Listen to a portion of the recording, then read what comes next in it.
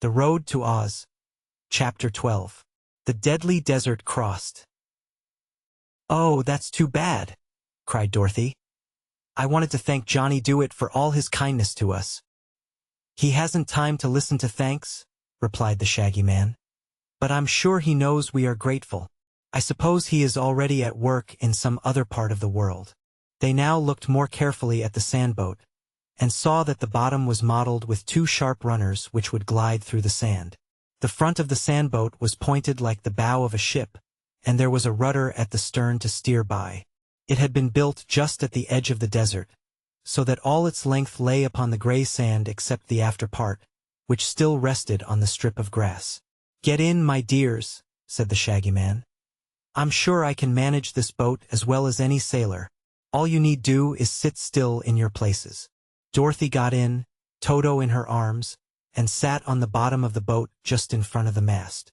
Button-Bright sat in front of Dorothy, while Polly leaned over the bow. The Shaggy Man knelt behind the mast. When all were ready, he raised the sail halfway. The wind caught it. At once the sandboat started forward slowly at first, then with added speed. The Shaggy Man pulled the sail way up, and they flew so fast over the deadly desert that everyone held fast to the sides of the boat and scarcely dared to breathe. The sand lay in billows and was in places very uneven, so that the boat rocked dangerously from side to side. But it never quite tipped over, and the speed was so great that the Shaggy Man himself became frightened and began to wonder how he could make the ship go slower. "If we're spilled in this sand, in the middle of the desert," Dorothy thought to herself, "we'll be nothing but dust in a few minutes, and that will be the end of us." But they were not spilled, and by Polychrome, who was clinging to the bow and looking straight ahead, saw a dark line before them and wondered what it was. It grew plainer every second, until she discovered it to be a row of jagged rocks at the end of the desert, while high above these rocks she could see a tableland of green grass and beautiful trees. "Look out!" she screamed to the Shaggy Man. "Go slowly, or we shall smash into the rocks." He heard her and tried to pull down the sail, but the wind would not let go of the broad canvas and the ropes had become tangled. Nearer and nearer they drew to the great rocks, and the Shaggy Man was in despair because he could do nothing to stop the wild rush of the sandboat. They reached the edge of the desert and bumped squarely into the rocks.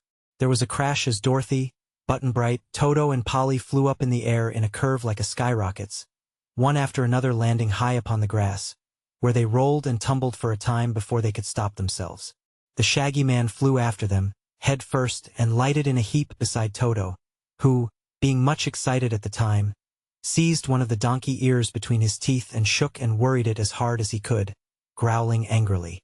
The Shaggy Man made the little dog let go, and sat up to look around him. Dorothy was feeling one of her front teeth, which was loosened by knocking against her knee as she fell.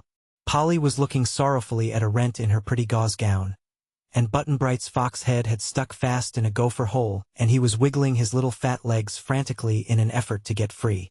Otherwise they were unhurt by the adventure. So the Shaggy Man stood up and pulled Button-Bright out of the hole and went to the edge of the desert to look at the sandboat. It was a mere mass of splinters now, crushed out of shape against the rocks. The wind had torn away the sail and carried it to the top of a tall tree, where the fragments of it fluttered like a white flag. "Well," he said cheerfully, "we're here, but where the here is I don't know."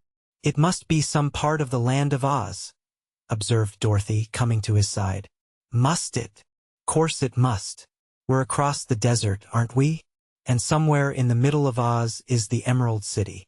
"To be sure," said the Shaggy Man, nodding. "Let's go there." "But I don't see any people about to show us the way," she continued. "Let's hunt for them," he suggested. "There must be people somewhere, but perhaps they did not expect us, and so are not at hand to give us a welcome."